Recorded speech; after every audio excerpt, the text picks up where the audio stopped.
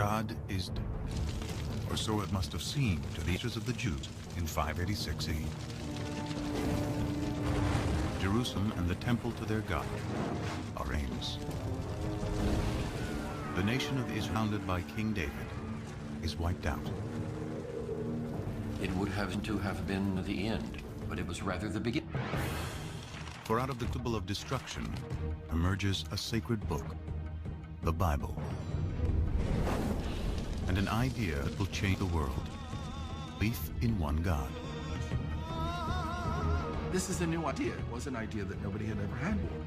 Monotheism is well ensconced, so something major happened, which is very hard to trace. Now, a provocative new story from discoveries deep within the earth and the Bible. We wanted to examine the possibility that the remains of King David's palace are here. We can actually see vivid evidence here of a destruction. Question number one, who did it?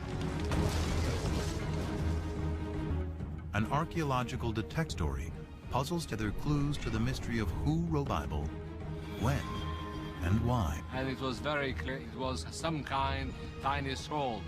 Immediately saw very clearly distinct letters. This is the ancestor of the Hebrew script. And from out of the earth, thousands of idols suggest God had a wife. We just found this exceptional figurine showing the fertility goddess. Powerful evidence shed light on how one people, alone among ancient cultures, finally turned their back on Egypt to find one God. This makes the God of ancient Israel the universal God of the world that resonates with people, at least in Jewish, Christian, and Muslim tradition to this very day.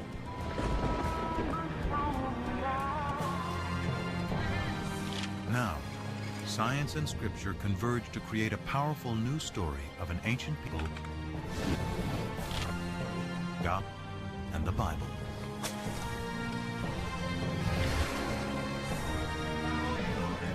Up next on Nova, the Bible's buried secrets.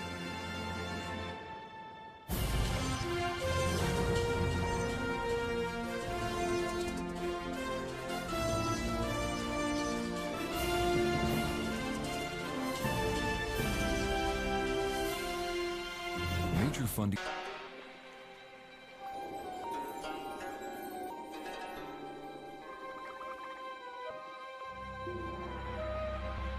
Near the banks of the Nile in southern Egypt in 1896, British geologist Flinders Petrie excavation in Thebes, the ancient city of the dead.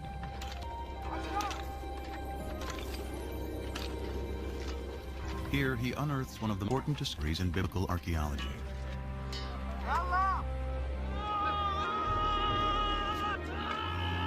Beneath the sand appears the corner of a royal monument carved in stone.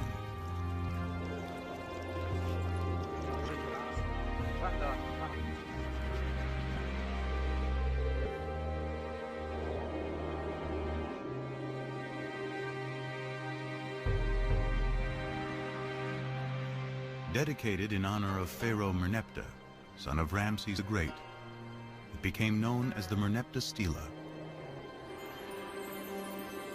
Today, it is in the Cairo Museum.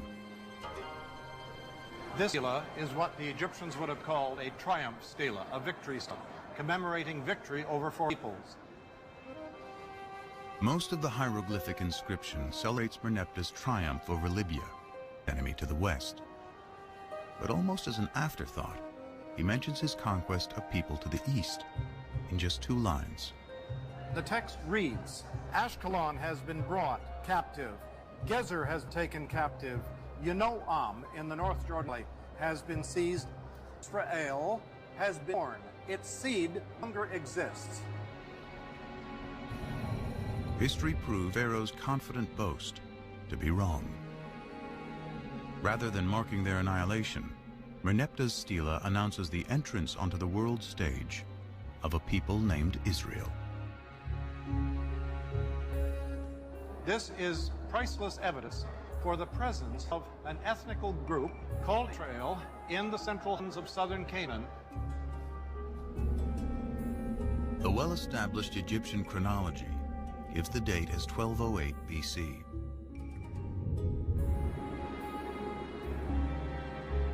Merneptah's stela is powerful as a people called the Israelites are living in Canaan. Today includes Israel and Palestine over 3,000 years ago.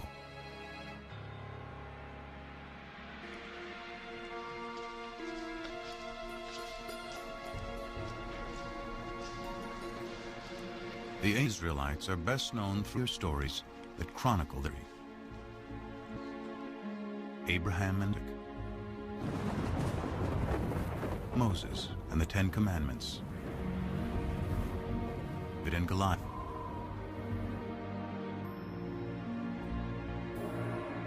It is the Israelites who write the Bible.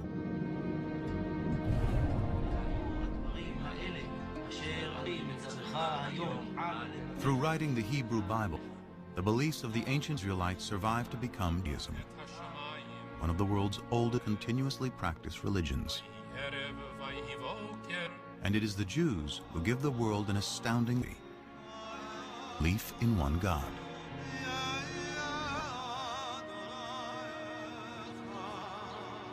This belief will become the foundation of two other great monotheistic religions,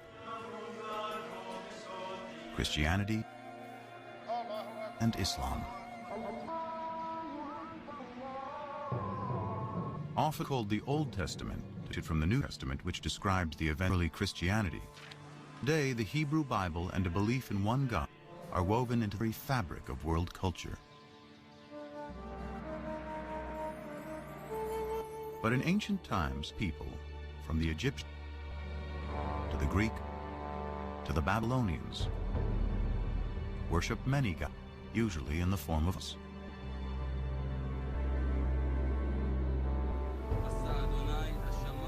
How did the Israelites, known among ancient people, discover the concept of one God?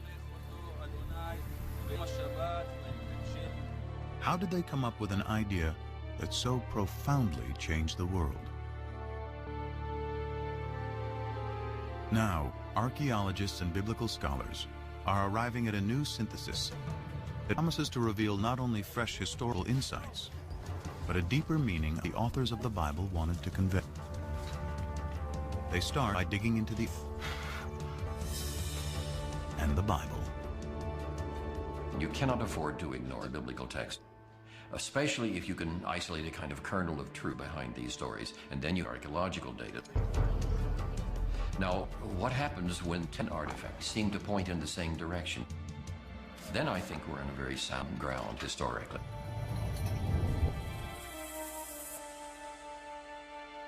Scholars search for intersections between science and scripture. The earliest is the victory stela of the Egyptian pharaoh Merneptah from 1208 BC. Both the stela and the Bible place a people called the Israelites in the hill country of Canaan, which includes modern-day Israel and Palestine. It is here, between two of these greatest empires, that Israel will unfold. The way to understand Israel's relationship to the superpowers, Egypt and Mesopotamia on either side, is to understand its own sense of fragility as a people. The primary way in which the Bible looks at the origins of Israel is people coming to settle the land of Israel. It's not indigenous. It's not a native state.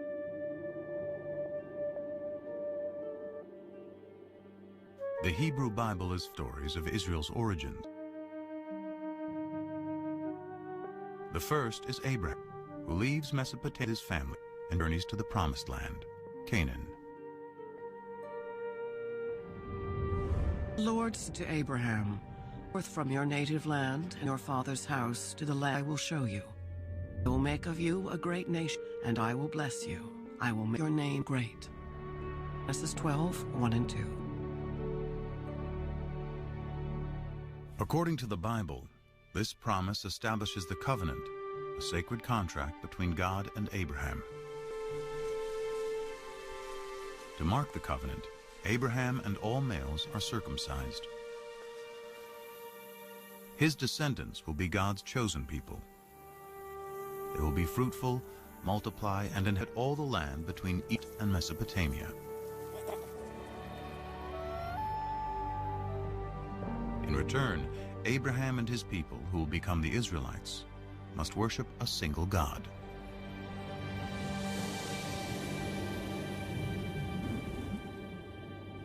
This is a new idea. It's an idea that nobody had ever had before. God, in our sense, doesn't exist before Abraham. It is hard to appreciate today how radical an idea this must have been in a world dominated by polytheism, the worship of many god idols. The Abraham narrative is part of the first book of the Bible, Genesis, along with Noah and the flood and Adam and Eve. Though they carry a powerful message, to date, no archaeology or text side of the Bible to corrupt them. The farther back you go in biblical text, the more difficult it is to find historical material in it. The patriarchs go back to Genesis. Genesis is, for the most part, a compilation of myths, creation stories, things like that. And find a historical core there very difficult. This absence of historical evidence leads scholars to a different approach to reading the biblical narrative. They look beyond our modern notion of fact or fiction to ask why the Bible was written in the first place. There is no word for history in the Hebrew Bible. The biblical writer telling stories. They were good historians, and they could know the way it was when they wanted to, but their objective was always something far beyond that.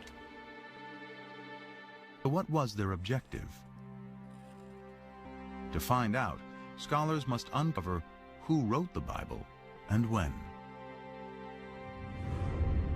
And the Lord said to Moses, "Write down words, for in accord with these words, I'm covenant with you and with Israel." Exodus 4:27. The traditional belief is that Moses wrote the first 5 books of the Bible. Genesis, the story of creation. Exodus, deliverance from slavery to the Promised Land. Leviticus, Numbers, and Deuteronomy, laws of morality and observance. Still read to this day, together they form the Torah, called the 5 books of Moses. The view that Moses had personally written down the first 5 books of the Bible was virtually challenged until the 17th century. There were a few questions raised about this. For example, the very end of the last book of Torah, the book of Deuteronomy, discusses the death and burial of Moses. And so some rabbis said, well, Moses couldn't have written those words himself because he was dead and being buried. And digging deeper into the text, there are even more discrepancies. For example, any of each species of animal was supposed to bring into the ark. One text says 2, a pair of kind of animal. Another says 7 pair of the animals and only 2 of the unanimals. In one chapter, the flood lasts for 40 days and 4 nights. But in the it's 150 days. To see if waters have subsided, Noah sends out a dove. But in the previous sentence, he sends a raven. There are 2 complete versions of the flood story interwoven on the same page.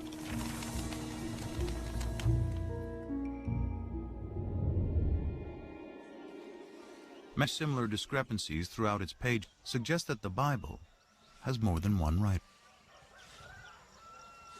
In the first 5 books of the Bible, scholars have identified the hand of at least 4 different groups of scribes, writing over several hundred years. The theory is called the documentary hypothesis. One way of thinking about it is a kind of anthology that was made over the course of many centuries by different people, adding to it, subtracting from it, and so forth. But when the process of writing the Bible began?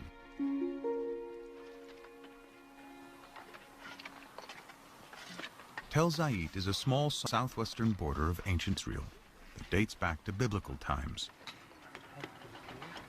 Since 1999, Rappi has been excavating here. It was the last day of what had been a typical season. As I was taking aerial photographs from the cherry picker, a volunteer notified his square supervisor that he thought he had seen some interesting marks, scratches, possibly letters, in a stone. Which, right here? Yeah. Letters would be a rare find. So when he kneeled to look at Tappy, the surprise of a lifetime. And down over the stone, I immediately saw very clear, very letters. Tappy excavated the rock and brought it to his lab at the nearby kibbutz.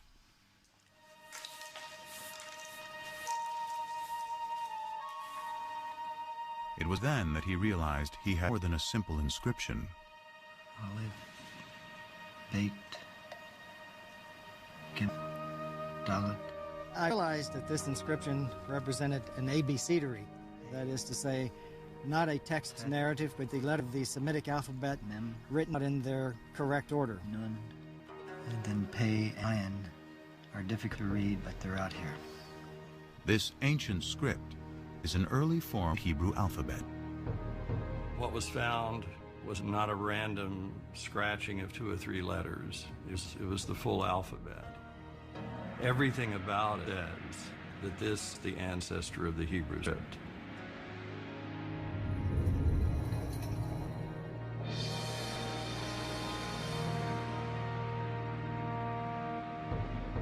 The Tel Zayit abecedery is the earliest Hebrew alphabet ever discovered. It dates to about 1000 BC, making it possible that writing the Hebrew Bible could have already started by this time. Discover the most ancient text in the Bible, scholars examine the Hebrew spelling, grammar, vocabulary. The Hebrew Bible is a collection of literature written over about 1,000 years. And as with any other language, Hebrew naturally changed quite a bit over the 1,000 years. The same would be true of English. I'm speaking English of the 21st century, and if I were living in Elizabethan times, the words I choose, the syntax I use would be quite different. Scholars examine the Bible in its original Hebrew in search of the most archaic language, and therefore the passages. They find it in Exodus, the second book of the Bible.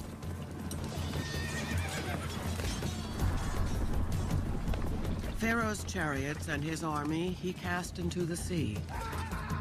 His picked officers are drowned in the Red Sea. Exodus 15:4. This passage, known as Song of the Sea, is the climactic scene of Exodus, the story of the Israelites' enslavement, and how Moses leads them to freedom. In all of the Bible, no single event is mentioned more times than the Exodus. With the development of ancient Hebrew script, the Song of the Sea could have been written by 1000 BC, the time of Tappy's alphabet. But it was probably recited as a poem long before the beginning of Hebrew writing. It's very likely that it was a kind of story told in poetic form that you might tell around the campfire. Just as our poems are easier to remember generally than prose accounts. So we generally think that the poetry is orally passed on from one to another long before they come things to writing.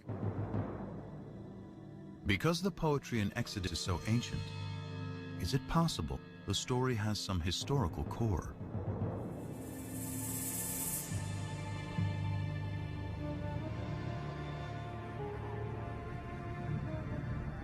Here in the eastern Nile Delta of Egypt, in a surreal landscape of fallen monuments and tumbled masonry, archaeologists have uncovered a lost city.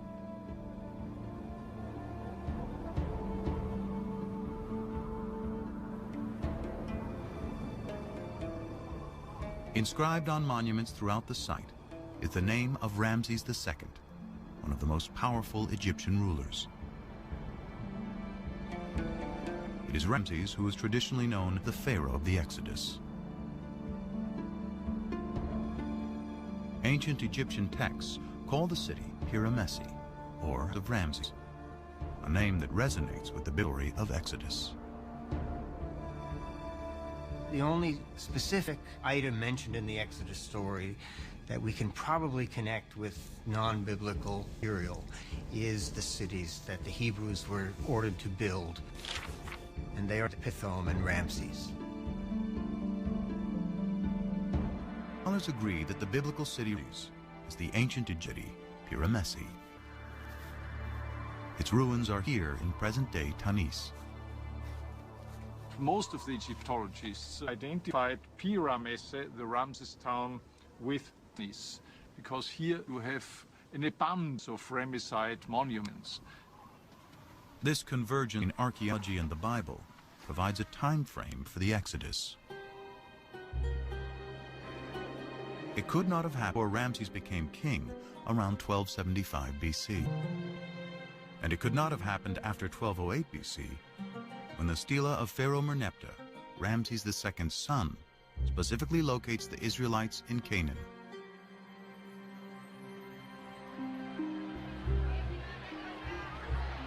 The Bible says the Israelites leave Egypt in a mass migration, 600,000 and their families, and then in the desert for 40 years. Even assuming the Bible is exaggerating, in 100 years of archaeologists have not yet found evidence of migration that can be linked to this. No excavation gives us any information around the wandering of the wilderness. An exodus is simply not attested anywhere. Any historical or archaeological confirmation of the Exodus remains elusive.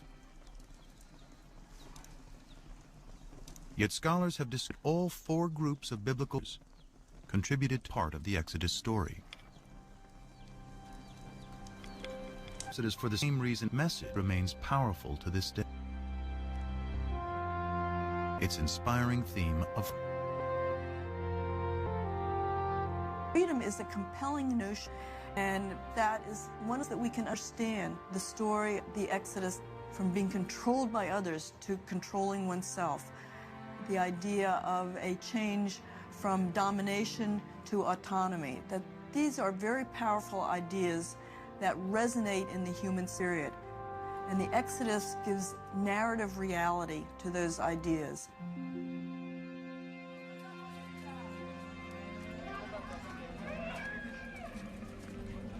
Following the Exodus, the Bible says God finally delivers the Israelites to the promised land, Canaan. Archaeology and Swordside the Bible reveal that Canaan consisted of well-fortified city-states, each with its own king, in turn served Egypt and its family. The Canaanites, a thriving Near Eastern culture for thousands of years, worshipped many gods in the form of idols. The Bible describes a new leader. Joshua takes the Israelites into Canaan in a blitzkrieg military campaign. So shouted, and the trumpets sounded. As soon as the people heard the sound of the trumpets, they raised a great shout, and the wall fell down flat.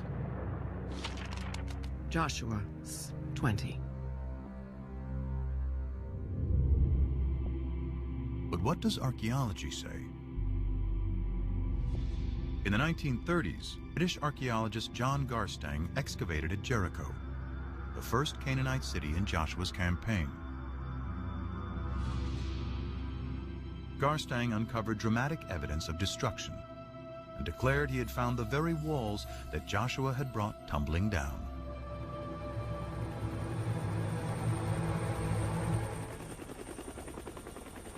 And at what the Bible describes as the greatest of all Canaanite cities, Hatzor, there is more evidence of destruction.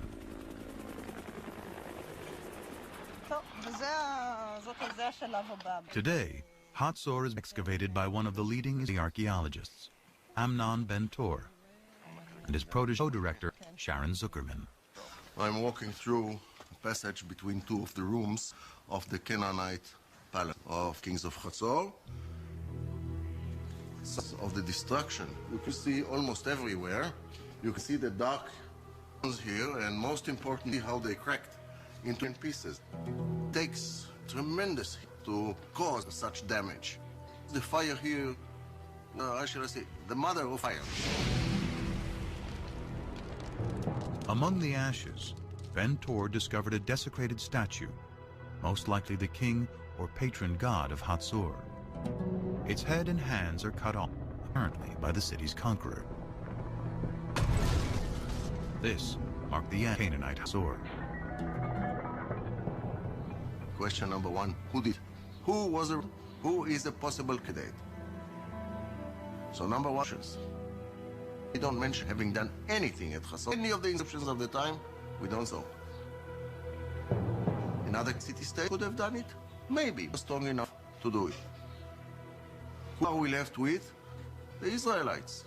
The only ones about whom there is tradition that they did it. So, let's say, be considered guilty of this of Hatzor until proven innocent. And there's another Canaanite city that Joshua and his army Israelites are credited with laying waste. Called Ai, and has been in what is now the Palestinian territory of this bank. Here, archaeologist Har El-Din and his team are finding evidence of a rich Canaanite culture. The village first appears and developed to a city, and then there was a kind of fortification surrounding this settlement.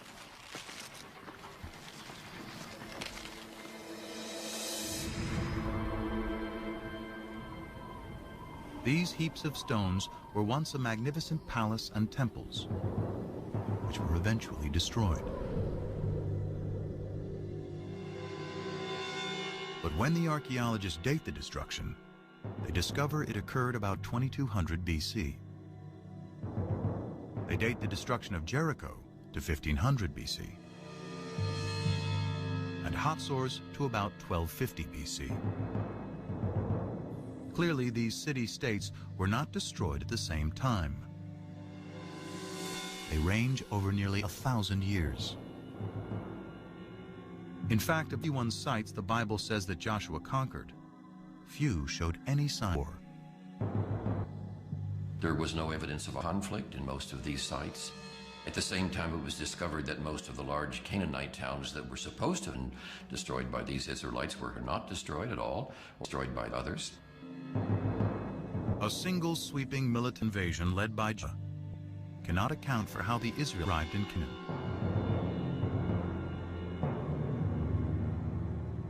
But the destruction of Hatzor does coincide with the time that the Merneptah Stela locates the Israelites in Canaan.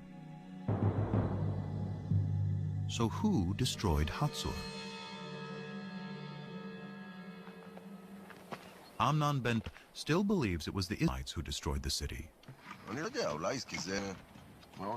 But his co-director, Sharon Berman, has a different doubt. The final decision itself consists of the mutilation of statues of kings and gods. It did not consist of signs of war or of any kind of fighting. We don't see weapons in the street like we see other sites that were destroyed by foreigners. So if there was no invasion, what happened? Bobby, just be careful of the stones there, okay? Excavations reveal that Hatzor had a lower city of commoners, serfs and slaves, and an upper city with a king and wealthy elites. Zuckerman finds within the grand palaces of elite Hatzor air disrepair and abandonment. To archaeologists, signs of a culture in decline and rebellion from within.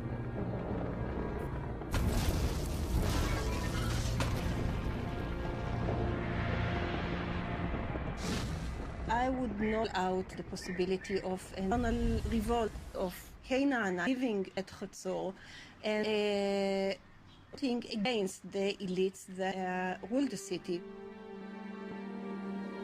In fact, the entire Canaan city-state system, including Hatzor and Jericho, breaks down.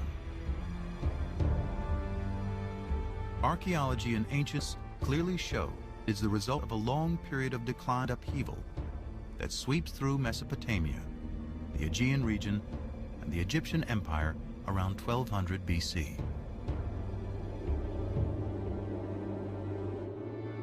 And when the dust, as it were, settles, when we can begin to see what takes the place of this great state system, we find a number of new peoples suddenly coming into focus in a kind of void that is created with the dissolution of the great state system.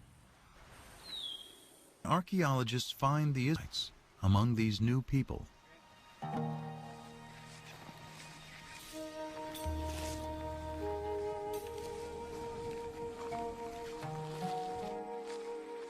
In the 1970s, archaeologists started wide-ranging surveys throughout the hill country of Canaan, today primarily the Palestinian territory of the West Bank.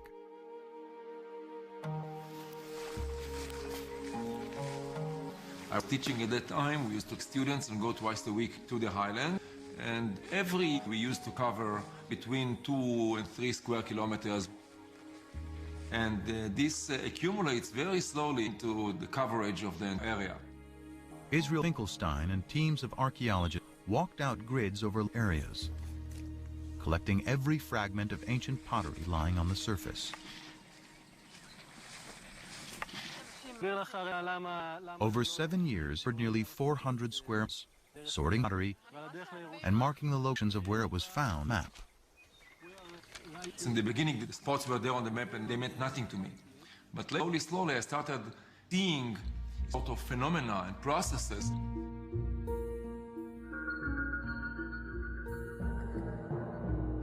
By dating the pottery, Finkelstein discovered that before 1200 BC, there were approximately 25 settlements. He estimated the total population of those settlements to be 3,000 to 5,000 inhabitants. But just 200 years later, there's a very sharp increase in settlements and people. Then you get this boom of population growing and growing. Then we are speaking about 250 sites. And the population grows also 10 times, from a few thousand to 45,000 or so. Now this is very dramatic. It cannot be explained as natural growth. This rate is possible in ancient times.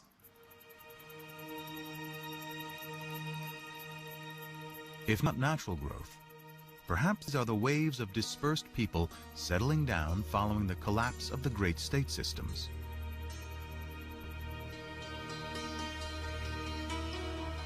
Then, more evidence of a new culture is discovered. A new type of simple dwelling never seen before. And it's in the exact location where both the Merneptah Stela and the Bible place the Israelites. The sites in which this type of house appears throughout the country, this is where Israelites lived. And they are sometimes even called the Israelite house, the Israelite type house. The people who lived in those villages seem to be arranged more or less in a kind of an egalitarian society because there are no major architectural installations. If you look at the finds are relatively poor. It is more or less mundane. I don't want to end the early settlers of the Israelites. Very little art. Curiously, the mundane pottery found at these new Israel villages is very similar to the everyday pottery found at the older Canaanite cities like Hatzor. In fact, the Israelite house is practically the only thing that is different.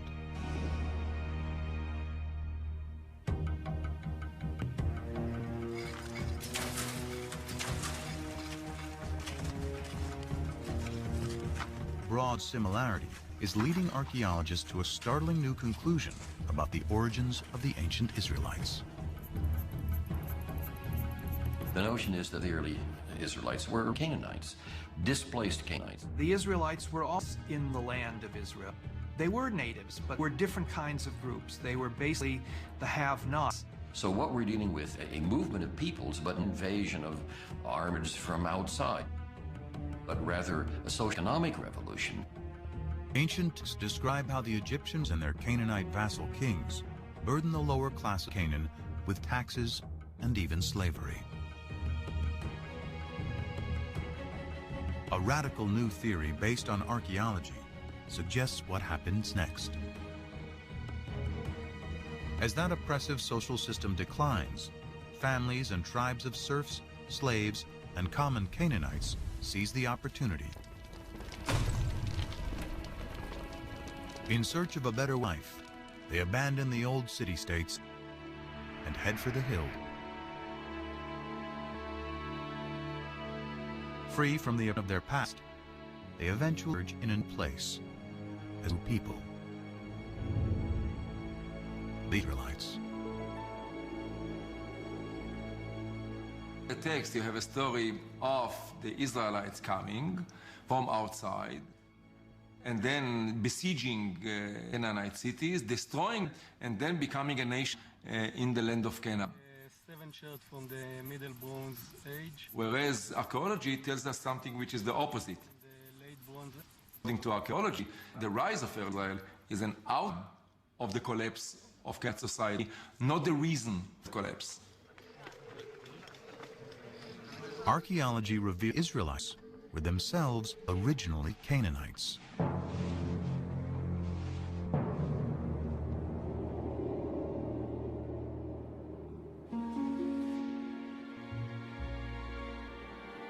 So why does the Bible consistently cast the Israelites as outsiders in Canaan?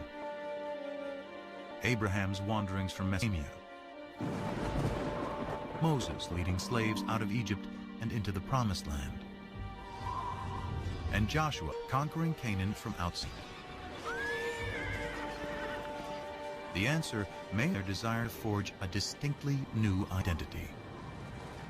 Identity is created, as psychologists tell us, by talking about what you are not, by talking about another. In order to figure out who I am, figure out who I am not.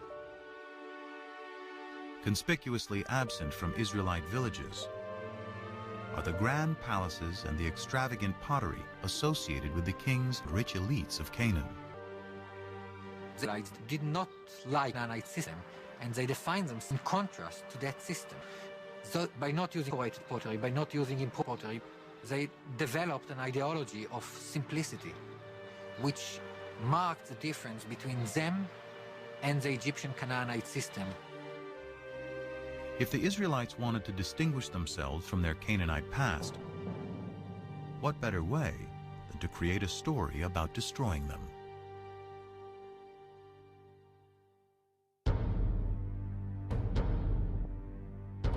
But the stories of Abraham, Exodus, and the conquest serve another purpose.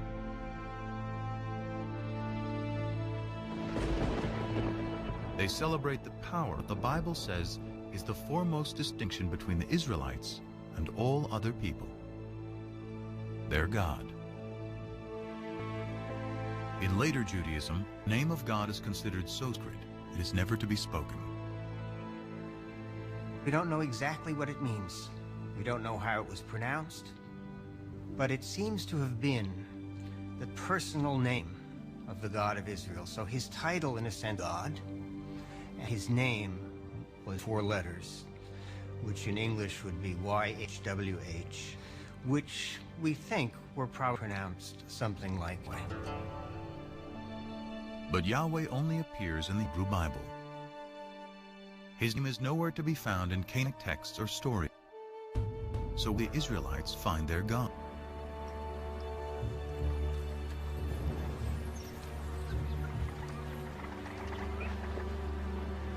The search for the origins of Yahweh leads scholars back to ancient Egypt.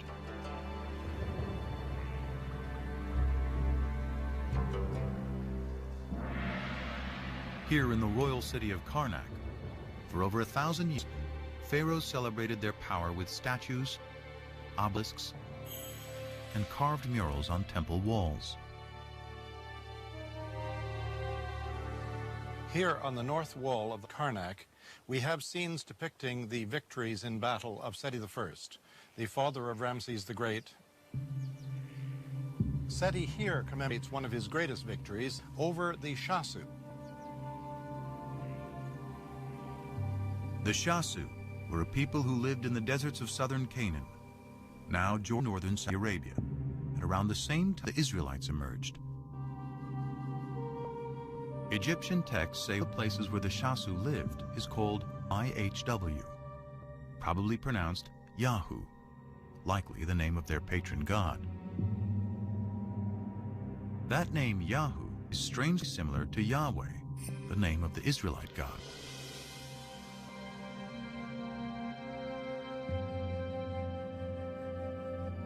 In the Bible, the place where the Shasu lived is referred to as Midian.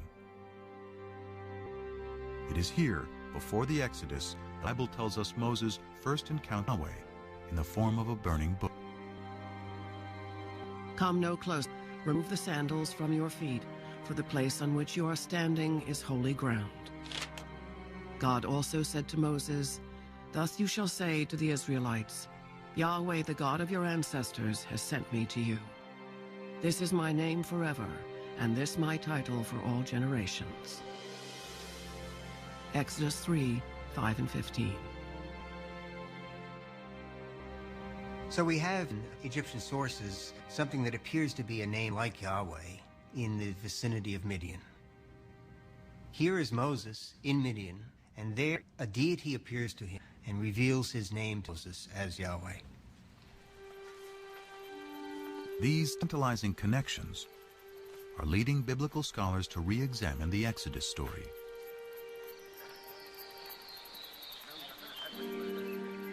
While there is no evidence to support a mass migration, some now believe that a small group did escape from Egypt. However, they were not Israelites, but were Canaanite slaves.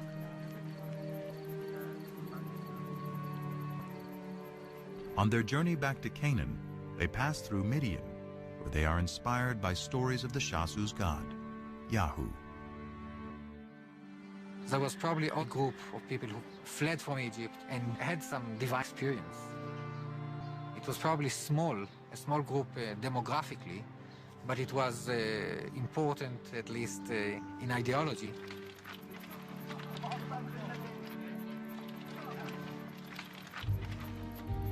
They find their way to the central hill country, where they encounter the tribes of the Canaanite city-states.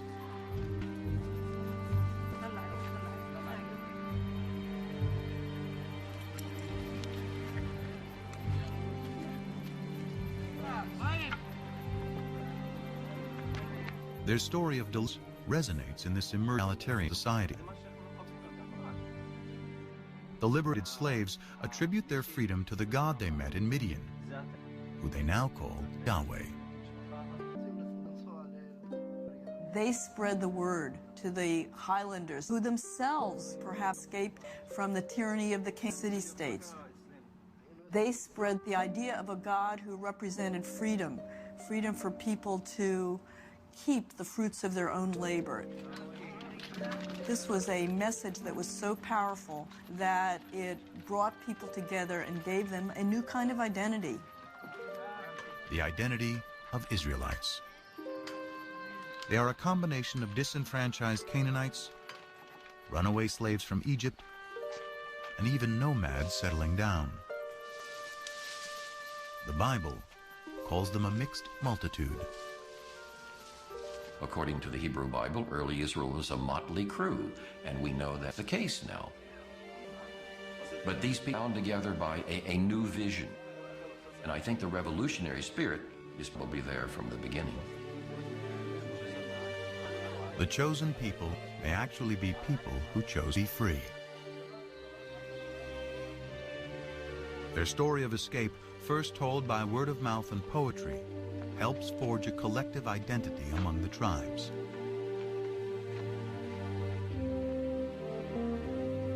Later, when written down, it will become a central theme of the Bible.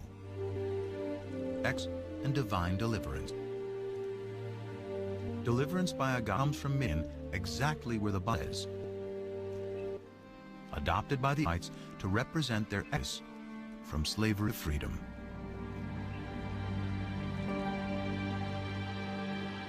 So is the birth of monotheism.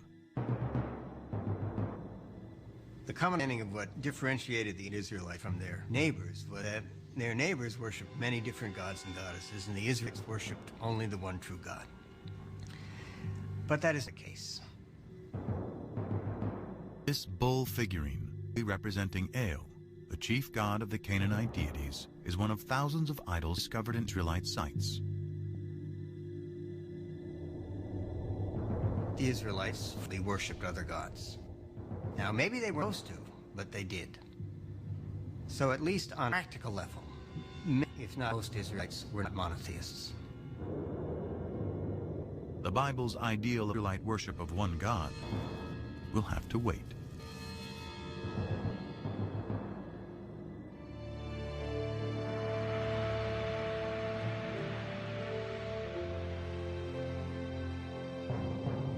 About 2 centuries pass after the Merneptah Stela places the Israelites in Canaan. Families grow into tribes. Their population increases. Then, about 1 BC, one of the Bible's larger-than-life figures emerges like the 12 tribes of Israel, a powerful new enemy. David put his hand into the bag. He took out a stone and slung it. It struck the king in the forehead. The stone sank into his forehead, fell down on the ground. 1 Samuel 17:4. The Bible celebrates David as a shepherd boy vanquishes the giant Goliath, a lover who lusts after forbidden fruit, and a poet who composes lyric psalms still recited. Of all the names in the Hebrew Bible, none appears more than David.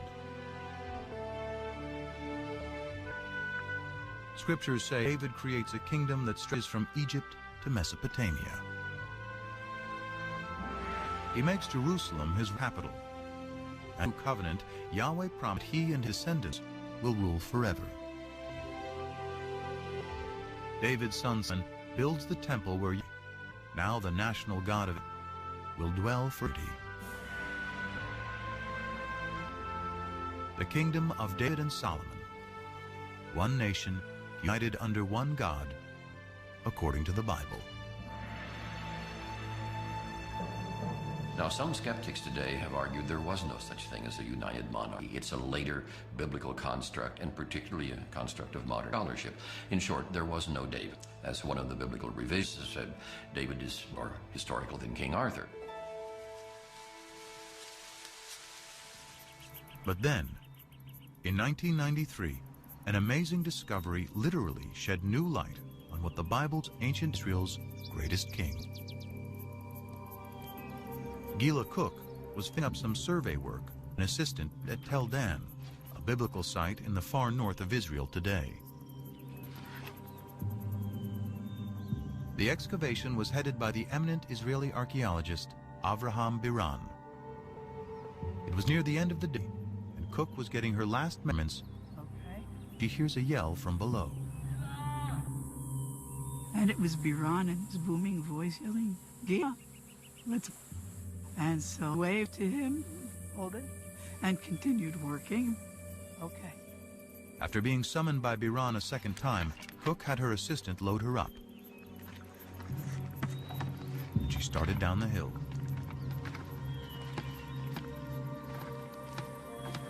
So I get there and I just drop the bag and drop the board and I set my stuff down. But something catches her eye. A stone with what appeared to be random scratches, but was actually an ancient inscription. This time, she yelled for Biran. And he looks at it and at me and he says, "Oh my God." Cook had found a fragment of a victory stela written in Aramaic, an ancient language very similar to Hebrew. Dedicated by the king of Damascus, or one of his generals, it celebrates the conquest of Israel, boasting, I slew kings who harnessed thousands of chariots and thousands of horsemen. I killed of the David.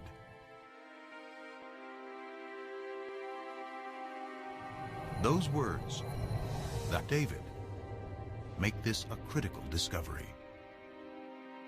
They are strong evidence that David really lived. Unlike Genesis, the stories of Israel's kings move the biblical narrative out of the realm of legend to the light of history. The later we come in time, the firmer ground we stand on. We have better sources, we have more written sources, we have more contemporary eyewitness sources. When the biblical chronology of Israel's kings can be cross-referenced with historical inscriptions, like Dan Stila, can provide scholars with fairly reliable dates. King David is the earliest biblical figure confirmed by archaeology to be historical. And most scholars agree he lived around 1000 BC, the 10th century. Could any of the Bible have been written during David's reign? The earliest Hebrew alphabet, the Skaran Tapi, carved on a stone at Tel Zait, provides an enticing clue. This wall here. The stone was inside with this alphabet. The stone was used to build a wall, and the structure itself suffered massive destruction by fire sometime near the end of the 10th century BCE. The find is even more significant because Tel Zait was a biblical backwater, the fringes of David's kingdom. Surely if there was a scribe write this alphabet that far away, out in the boondocks at the extreme western boundary of the kingdom, surely if there was a scribe that could do that out there, there were scribes, much more sophisticated scribes, back in the capital. Could these scribes have been in the court of King David and his son Solomon?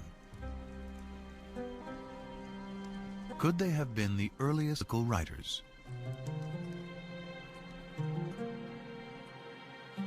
In the 18th century, Germans uncovered a clue to who wrote the Bible, hidden in two different names for.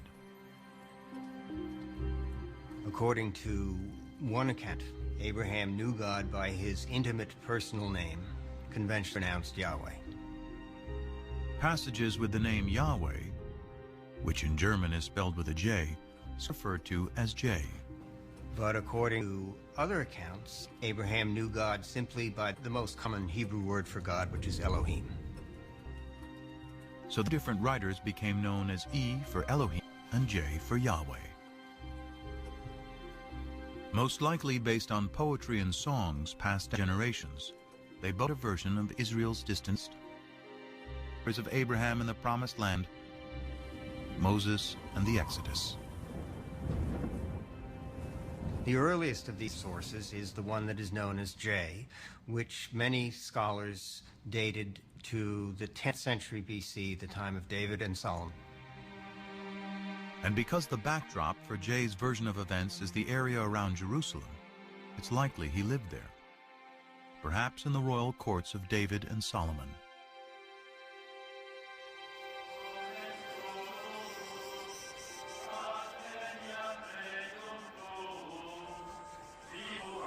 For over 100 years, archaeologists have searched Jerusalem for evidence of the kingdom of David.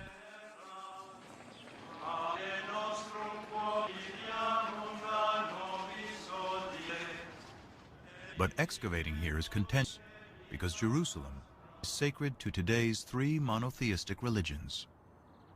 For Christians, Jesus comes in his final week to worship at the Jerusalem temple.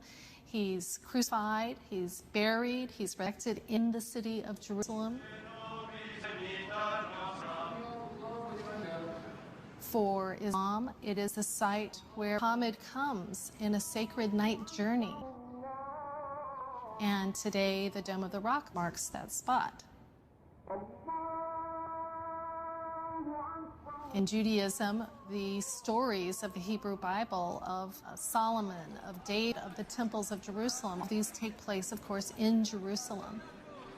So Jerusalem is a symbol of sacred space today, important for all three traditions.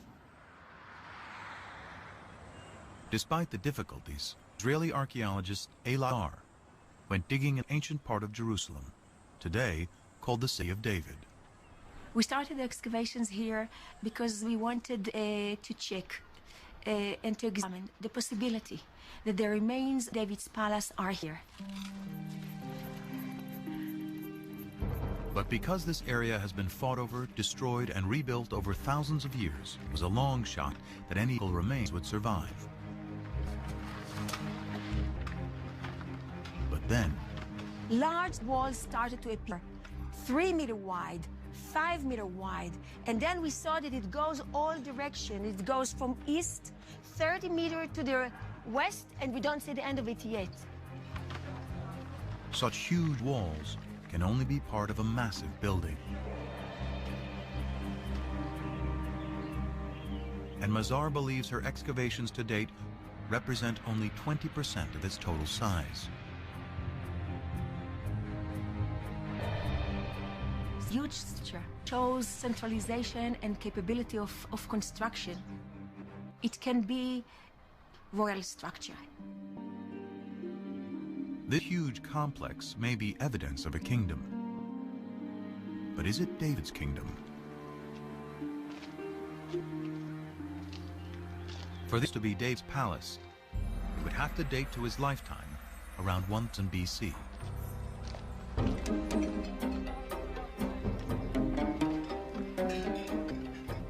The Brabant stone walls can never be dated alone. Biblical archaeologists date ruins based on the pottery they found associated with those ruins.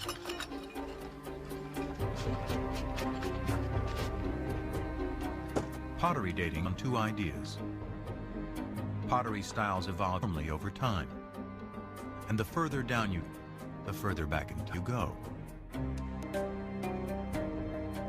If pottery style A comes from the lowest stratum, then it is earlier than pottery style B that comes from the stratum above it. By analyzing from well-stratified sites, excavators are able to create what we call a relative chronology. Chronology is floating in time without any fixed dates. To anchor this chronology, William Foxwell Albright, considered the father of biblical archaeology, used events mentioned in both the Bible and Egyptian and Mesopotamian texts to assign to pottery styles. Albright's chronology, slightly modified, is what Mazar uses to date her massive building, and most archaeologists use today. What we found is a typical 10th century pottery, meaning bowls with hand burnish. You can see from inside, together with an import, a beautiful black on red juglet. What is so important that this is a 10th century typical juglet. So has Mazar discovered the Palace of David? She adds up the evidence. The building is huge.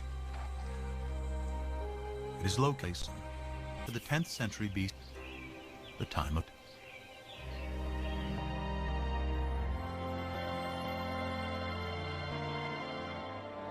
Mar believes she has indeed found the Palace of David.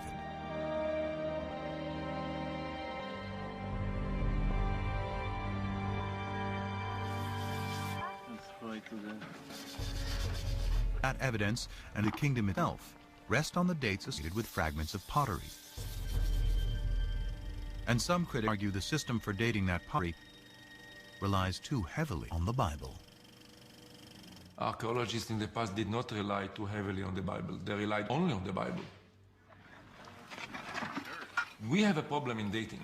How do you date in archaeology? You didn't go outside. Today, there is a more scientific method to anchor pottery firm dates: radiocarbon dating. It is a study of Elisabetta Boretto of the Weizmann Institute. The step is, of course, in the field, which relates the sample, the material like olive pits or seeds or charcoal to the archaeological context. If an olive seed is found at the same layer as a piece of pottery, but in the seed can be used to date the pottery, When the seed dies, its radioactive carbon-14 decays into stable carbon at a consistent rate over time. By measuring the ratio of carbon-14 to carbon-12, Barreto can determine the age of the olive, which in turn can date the pottery.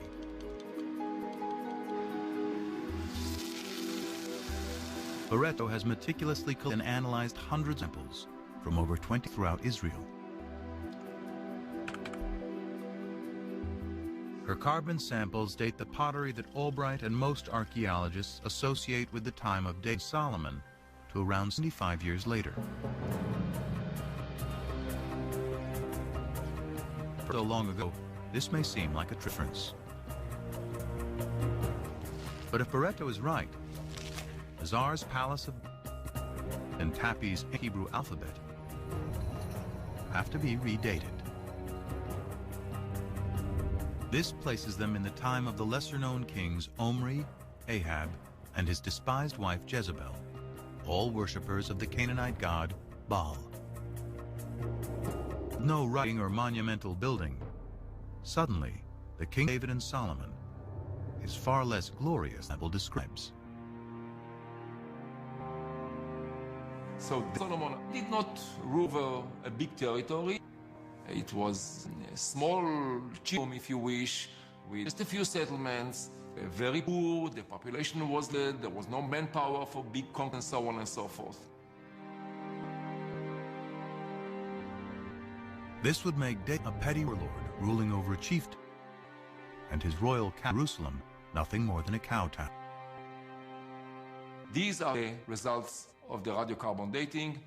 He or she who decide to ignore these results, I treat them as if arguing that the world is flat, that the earth is flat. I cannot argue anymore. But so simple. Other teams collected radiocarbon samples following the same methodology. According to this, Mazar's Pantapi's alphabet can date to the 10th century, the time of David and Solomon. How can this discrepancy be explained? The problem is that these radiocarbon dates have a margin of error of plus or minus 30 years, about the difference between the two sides. Pottery radiocarbon dating alone cannot determine if the kingdom of Solomon large and prosperous as described in the Bible.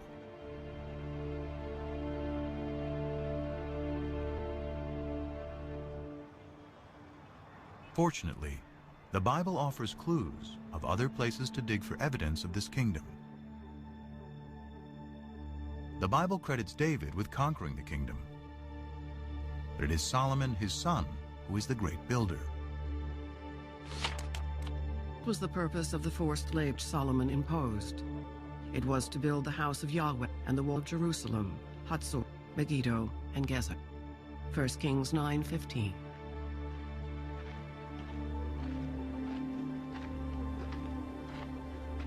Here in Hatzor, Amnon Ben-Tor, director of excavations, believes this may be evidence of Solomon's building campaign.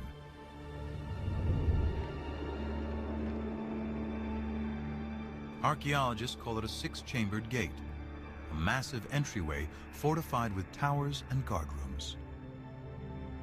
Ben-Tor's predecessor, Yadin, first uncovered this structure. It turned out to be a six-chambered gate, and Yadin immediately remembered that a very, very similar gate was excavated at there, and Chicago University excavated this gate at Megiddo. Stunned by the study of these three gates, they are called the passage in the Bible.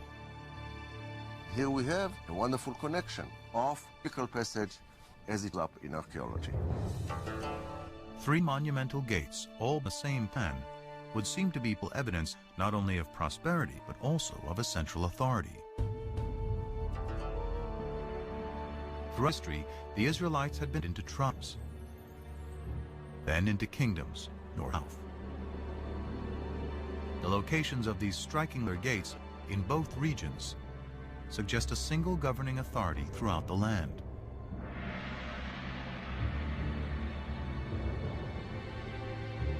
how can we be sure this is the kingdom of David and Solomon?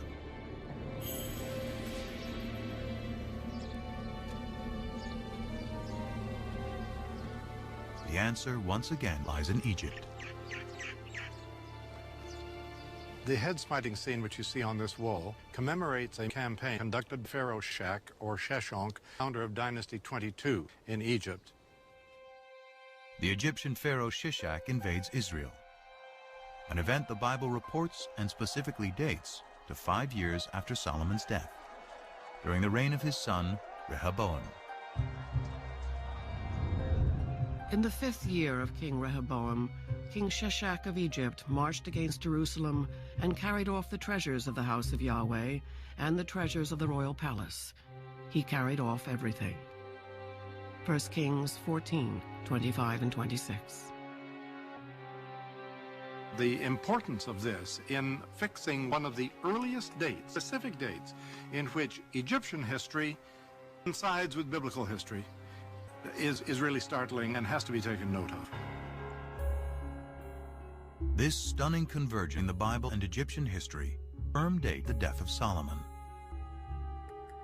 Shishak's campaign, according to the well-established Egyptian chronology, dates to 925 BC. And the Bible says Solomon dies 5 years earlier, which means 930 BC. This is further evidence that David and Solomon lived in the 10th century. But there's even more hidden in these walls. These ovals, with their depictions of bound cats and city walls, replaces Pharaoh Shishak conquered in Israel. One of those places is Gezer, where archaeologists find the hallmark of Solomon's building program, a 6-chambered gate. Bill Deaver directed the excavations in the late 1960s. We actually see vivid evidence here of a destruction. Down below, we have the original stones pretty much in situ, but if you look in here, the stones are badly cracked. You can even see where they're burned from the heat of a huge fire that has been built here. And then up here, you see the fire has been so intense that the soft limestone has melted into lime and it flows down like lava. This is vivid evidence of a destruction, and we connect that with this known raid of Pharaoh Shishak. And if the gate was destroyed by Shishak in 925 BC, then it must have been built during the lifetime of Solomon, who died just 5 years earlier. Surely this kind of monumental architecture is evidence of state formation. And if it's a century, then Solomon.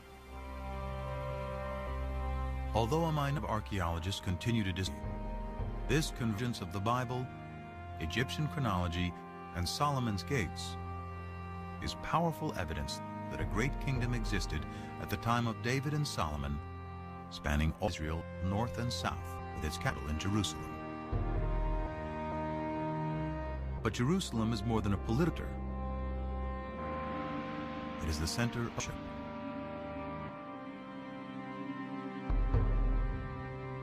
The magic of Jerusalem is the magic of the temple. One temple for the one God. The result is that Jerusalem and the temple emerge as powerful symbols not just of the oneness of God, but of the oneness of Jewish people. The worship of the ancient Israel bears little resemblance to Judaism today. It centered around the temple, built by David's son Solomon, and seen as Yahweh's earthly dwelling. To understand how the ancient Israelites worshiped their God, scholars must discover what the temple looked like and how it fit. But although archaeologists know where its remains should be, it is impossible to dig there. It lies under the third holiest site in Islam, which includes the Dome of the Rock. Not a stone of Solomon's temple has ever been excavated. But the Bible offers a remarkably detailed description. The house which Solomon built for Yahweh was 6 cubits long, 20 cubits wide, and 30 cubits high. In the inner sanctuary, he made 2 cherubim. in cubits high. He owned the cherubim with gold. Kings 6, 2, 20 and 28. The Bible's description suggests a floor plan for a temple, and it is strikingly similar to temples built by neighboring peoples who were many gods.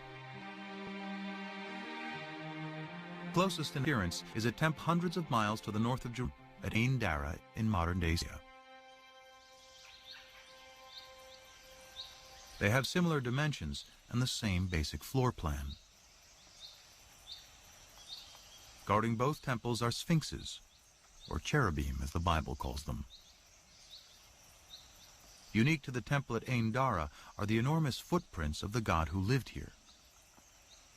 They mark his progress as he strode to his throne in the innermost sanctuary. If we take the details that we find of Solomon in the Book of Kings and compare it with the Ain Dara temple, we can piece together a fairly good picture, I think, of what this temple might have looked like in the age of Solomon.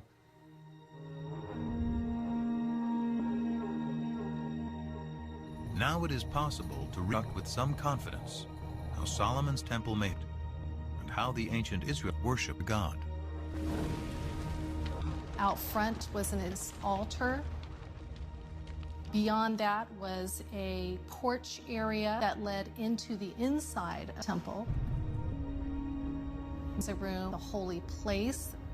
And then beyond that, the most sacred room, the Holy of Holies, where traditions as the Ark of the Covenant held the tablets of the law.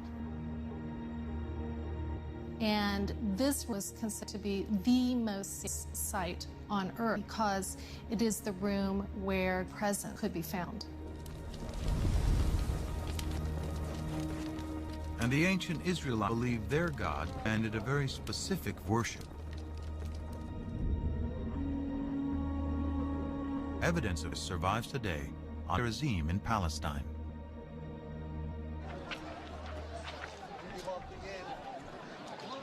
The Samaritans who claimed direct descent from ancient tribes of Israel. According to their tradition, for over 25 years, they have practicing the ancient Israelite form of worship: animal sacrifice.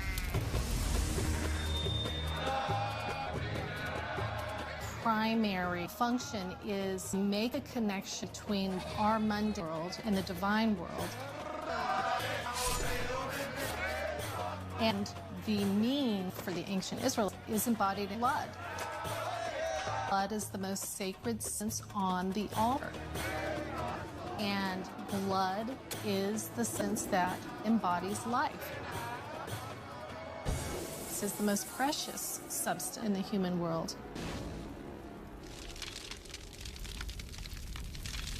But while the priests were all sacrificed to Yahweh in the temple, many Israelites were not as loyal.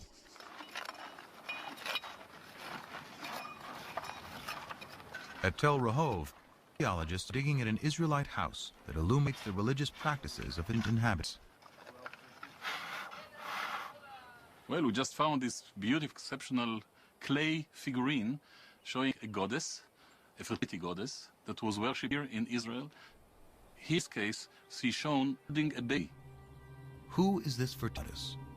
And what is an idol doing in an Israelite home? Dramatic evidence as to her possibility first surfaced in 1960. Bill Deaver was carrying out salvage actions in tombs in southern Israel when a local brought him an instrument that had been robbed from one of them. When I got home and brushed it off, I thought I was going to have a heart attack. Executed in clear 8th century, it's a tomb inscription.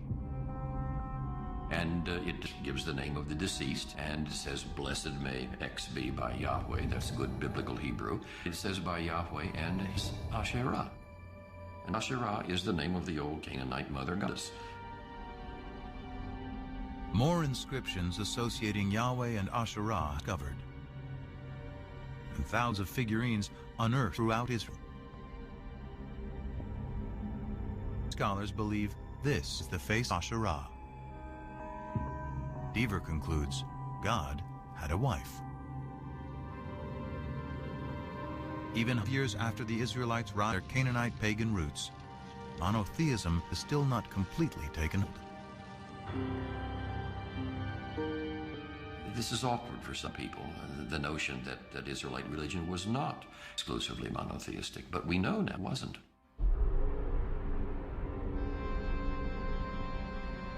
The Bible admits the Israelites continue to worship Asherah and other Canaanite gods, such as Baal. In fact, the prophets, holy men speaking in the name of God, consistently rail against breaking the covenant made with Moses to worship only Yahweh. The more I called them, the more from me. They sacrificing to the Baals, offering incense to idols. Hosea 11:2. The Israelites had made a contract with God. If they kept it, God would reward them. If they broke it, he would punish them. He would punish them by using foreign powers as his instruments. Events seem to fulfill the prophet's dire predictions. Soon after Solomon's death, the 10 northern tribes rebelled and formed the Kingdom of Israel. Then a powerful new storms out of Mesopotamia to create the largest empire the Near East had ever known, the Assyrians. The Assyrians were the overpowering military force, and Israel and Judah, the two states that the Bible talks about as the states making up the people Israel, fell under the sway of the Assyrian juggernaut. Numerous Assyrian texts and reliefs vividly document their domination of Israel and Judah.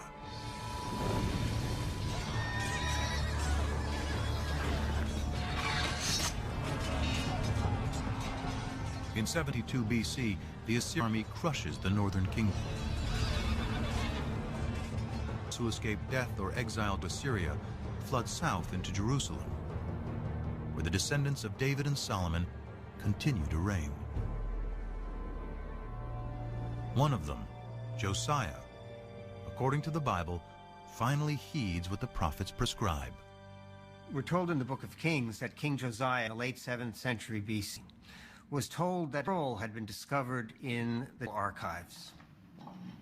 The scroll brought to him, and as this was being read, Josiah began to weep. He realized that it was a sacred text containing divine commands which the people had been breaking.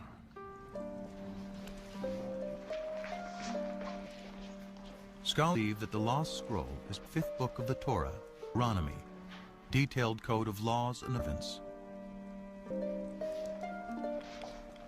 It inspires another scribes in 7th century BC, whom scholars call the Deras.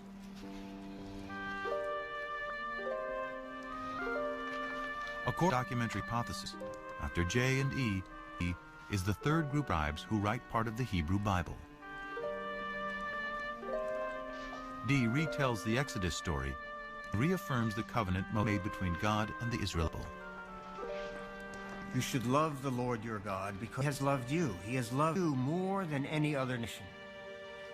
So the divine love for Israel requires a corresponding loyalty to God, an exclusive loyalty to God.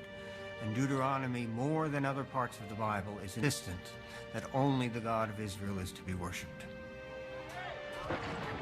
To enforce the covenant, Josiah orders that idol altars to all other deities be destroyed. The book of Deuteronomy contains the clearest prohibition of the worship of other gods, the 10 Commandments. I am your God. You shall have no other God before me. You shall not make for yourself an idol. You shall not bow down to them or worship. Deuteronomy 6-9. The 10 Commandments appear in 2 books of the Bible, in Deuteronomy and in Exodus. It is not only a contract with Yahweh, it is also a code of conduct between people. The revelation of the 10 Commandments is an ethical revelation. And that's where the idea of justice comes in, because that's the most important thing about the way in which we treat one another. We will not kill him. We will not steal from him. We will not lie about him. We will abide by the commandments. The commandments, as God himself repeatedly says through the later prophets, are already written on the hearts of human beings. By associating the belief in one God with behavior, the Ten Commandments establishes a code of morality and justice for all, the ideal of Western civilization. Despite Josiah's reforms, the ancient Israelites continued to worship other gods. Their acceptance of one God and the triumph of monotheism begins with a series of events vividly attested through archaeology, ancient texts, and the Bible.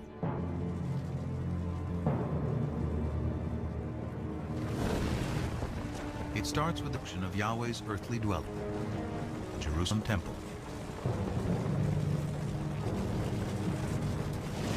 In 586 BC, after defeating the Assyrians, a new Mesopotamian empire invaded Israel. The Babylonians attacked the temple and systematically burned the sacred city.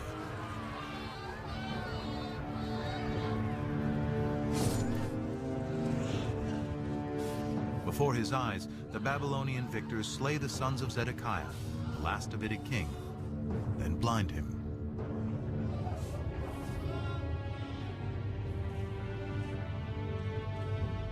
The covenant thus made that his dynasty would rule broken. After 400 years, Israel is wiped out. The destruction of Jerusalem created one of the most significant theological crises in the history of the Jewish people.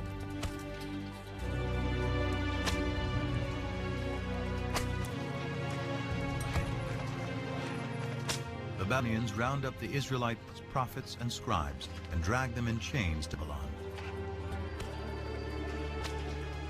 Babel records confirm the presence of Israelites, including the king, in exile. In every age of disbelief, one is inclined to think God is dead. And surely those who survived the fall of Jerusalem must have thought so. After all, how could God allow his temple, his house, the visible sign of his presence among his people, to be destroyed? Without temple, king, or land, how can the Israelites live? Their journey begins with the scrolls, which scholars speculate were rescued from the flames of the destruction.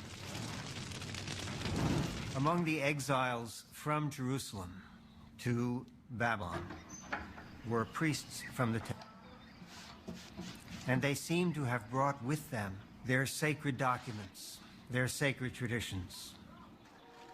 According to the widely accepted doctrine hypothesis, here in Babylon, far from their homes in Israel, that priests and scribes will produce the Hebrew Bible as it is known.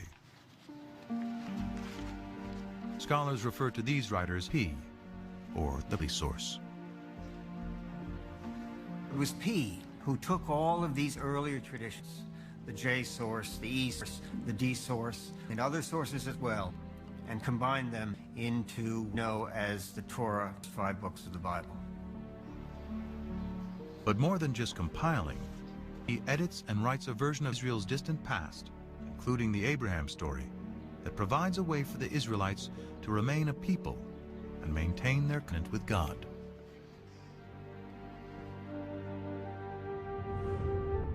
You shall circumcise the flesh of foreskins, and it shall be a sign of the covenant between me and you. Genesis 17:11. When Genesis 17 attributes a covenantal value of circumcision, it is not really talking about Abraham. It is really talking about the exiles of 6th century BCE, who, far from their native home, were desperately trying to find a way to reaffirm their difference. Therefore, they began to look at circumcision as not simply another practice, but rather as the marker of and attributed this view to Abraham. To the exiles, the Babylonians are the new Canaanites, the idol-being uncircumcised peoples from whom they must remain apart. But the Abrahams, with its harrowing tale, father's willingness to sacrifice his own son, is all about the power of faith. It is no coincidence that the exiled scribes place Abraham's legends in Ur, down the river from Babylon. Perhaps with the same faith as Abraham had, so too the exiles be returned to the promised land. One of the pervasive themes in the theme of exile and return. Abraham goes down to Egypt and comes out of Egypt. The Israelites go to Egypt and get out. For the exiles in Babylon in the 6th century BC, that theme must have resonated very powerfully. God, who had acted on their behalf in the past, presumably do so again. Israelites still have a problem. How, in a foreign land, without the temple and sacrifice, can they redeem themselves in the eyes of Yahweh? To assure that divine protection, the Petrine emphasizes observances such as the Sabbath observance. You don't be in the land of Israel, keep the Sabbath. And we have allusions in the biblical writers, the prophets, to the fact that the exiles also learned to pray in group in what was to become the forerunner, the synagogue.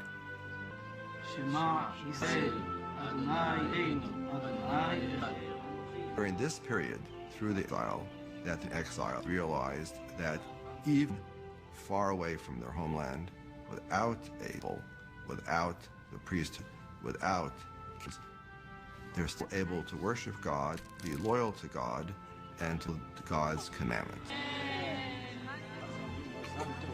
This is the foundation of Judaism.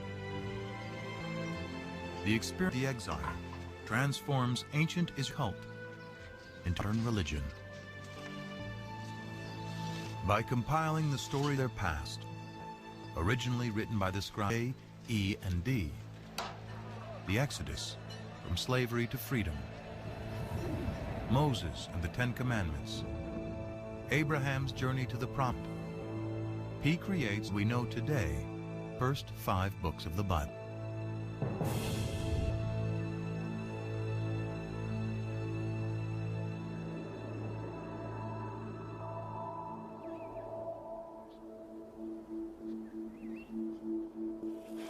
Though this theory is widely accepted, physical evidence of any biblics from the exile or earlier hard to come by.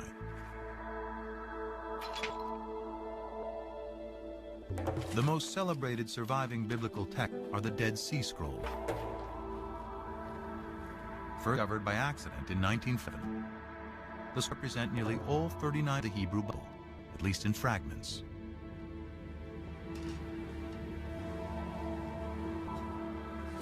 Survived because they were deposited in the perfect environment for present, the hot high desert.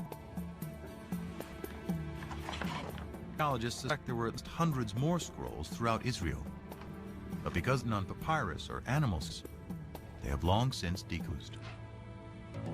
Even though the earliest of the Dead Sea Scrolls date to the 3rd and 2nd centuries BC, that doesn't mean they're the first copies or examples of this work that were ever written. It means that they already stand in line of tradition that had been established by the time the scrolls were written.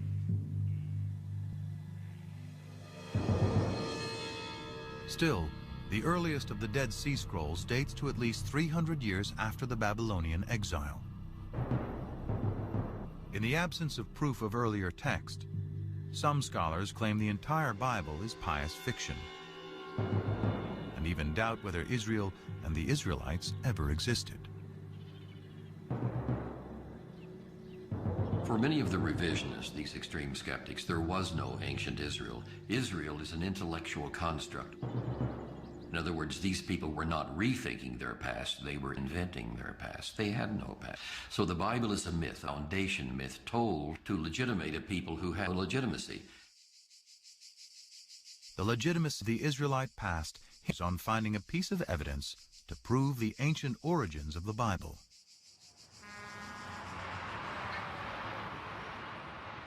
What would be the discovery of a lifetime starts outside the walls of Jerusalem in an old cemetery.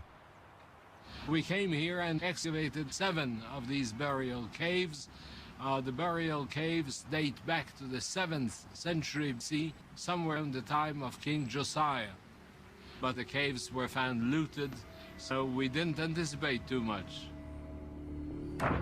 Gabriel Arkai instructed a 10-year-old volunteer to a tomb for photographs. Instead of that, he was alone, and he had a hammer, and he began banging the floor. But the floor turned out to be a fallen ceiling.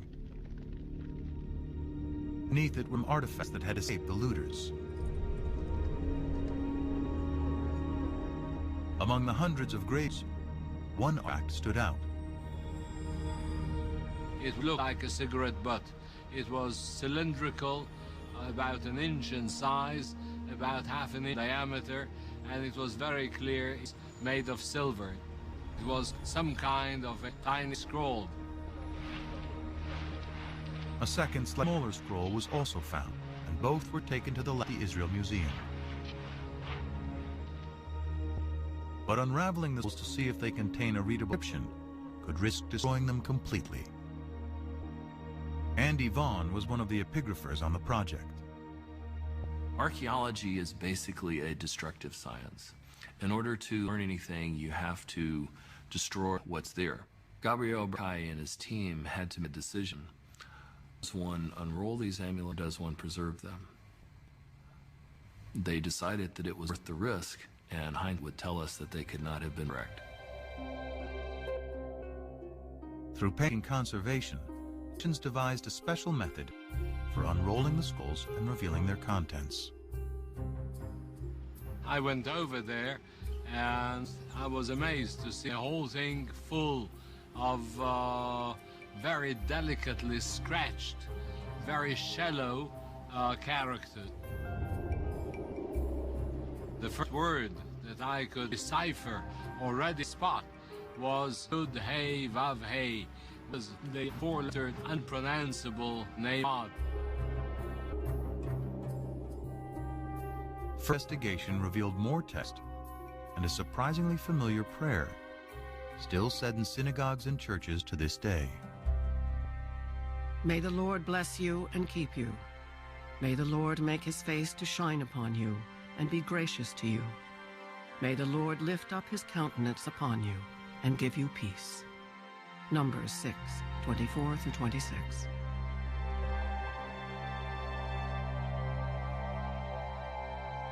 There is no doubt at all that these two amulets contain the priestly benediction found in Numbers 6.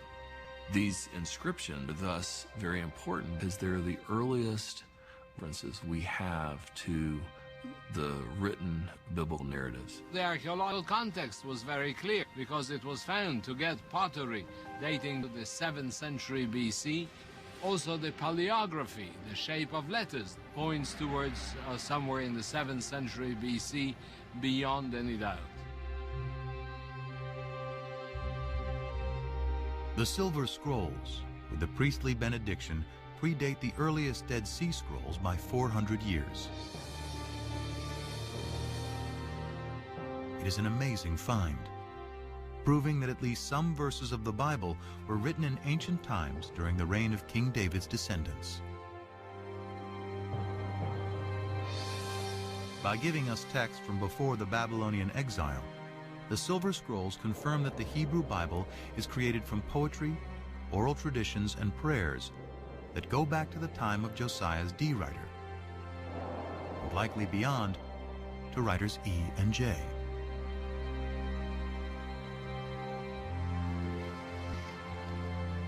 As modern scholars suspect, the Torah, the first 5 of the Bible, take final form during the Babylonian exile.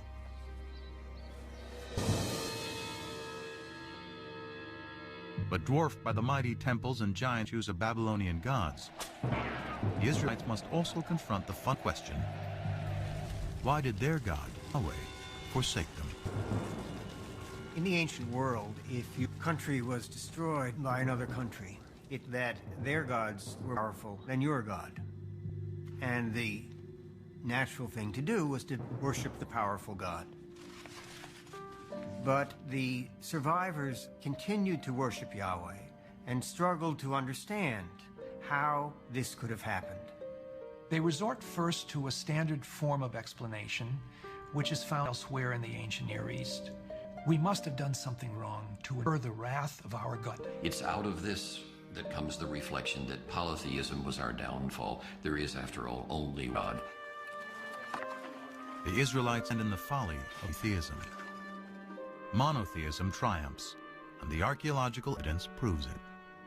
Before the dedication of the first temple, wherever we dig, in whatever part of the Judean country, with sanctuaries, and more we find hundreds and thousands of figurines in Jerusalem itself.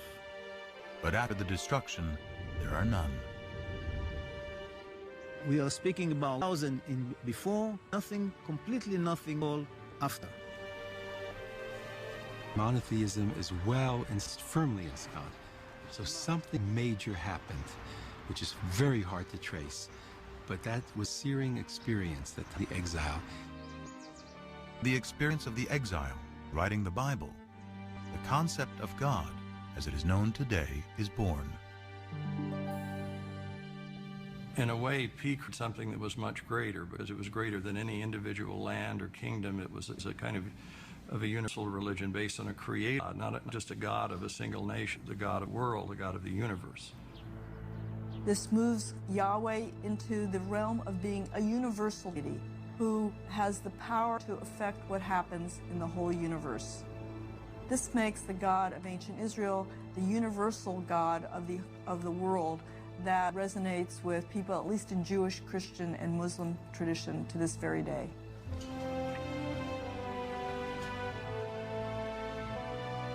In 539 BC, the Babylonian Empire is toppled by the Persians.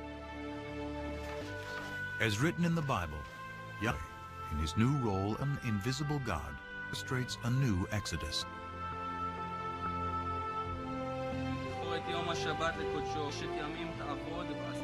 Among one group of exile is prophet Ezra. Back in Jerusalem, he gives a public reading of the newly written Torah. He established the covenant. All the people gathered together.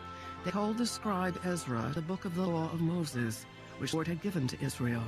He read from it from early morning until midday, and the ears of all the people were attentive to the book of the law. Nehemiah 8:1. To me, the most moving moments in the Bible, Ezra turns with the Bible in his hand. We have the feeling that the process begun in the exile is finally finished, and Ezra has a copy. The scrolls that chronicle the Israelite relationship with their God is now the Hebrew Bible, the Old Testament, a text for over 3 billion people. Through its writing, an ancient becomes a modern religion. And the Israelite Yahweh transforms into the God of the 3 great monotheistic religions.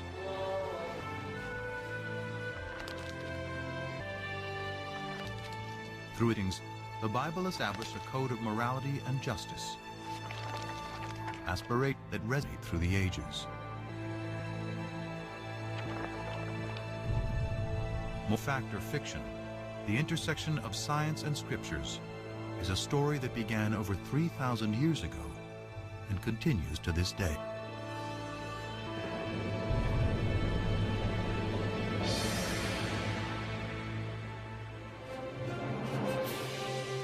On Nova's Bible's Buried Secrets website, share your thoughts on the program, ask questions of biblical scholars, explore a timeline of archaeology, and more.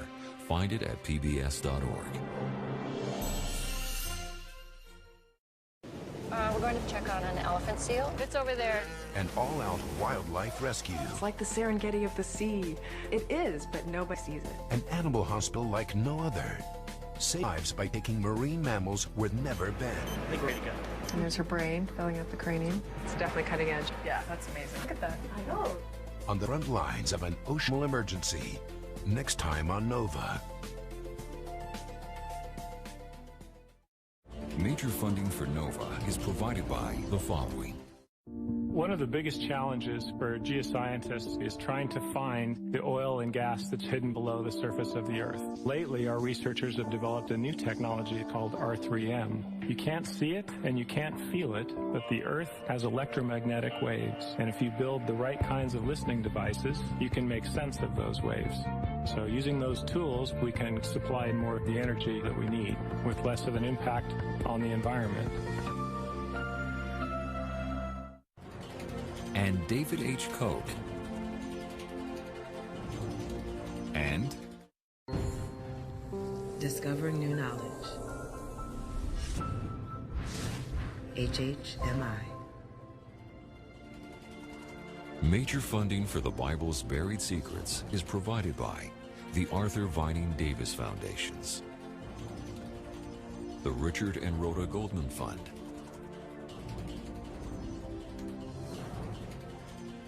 and the Righteous Persons Foundation.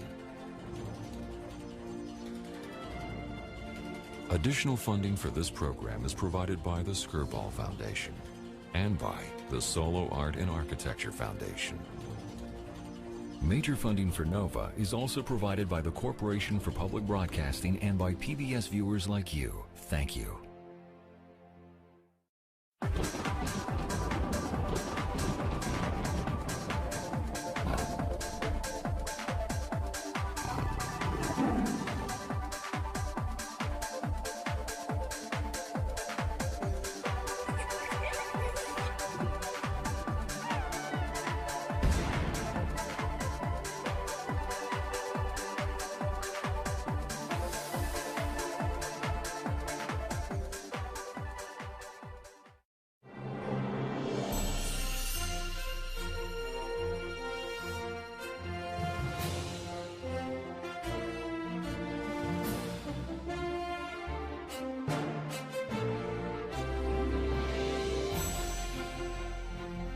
To order this NOVA program for $24.95 plus shipping and handling, call WGBH Boston Video at 1-800-255-9424 or order online at shoppbs.org.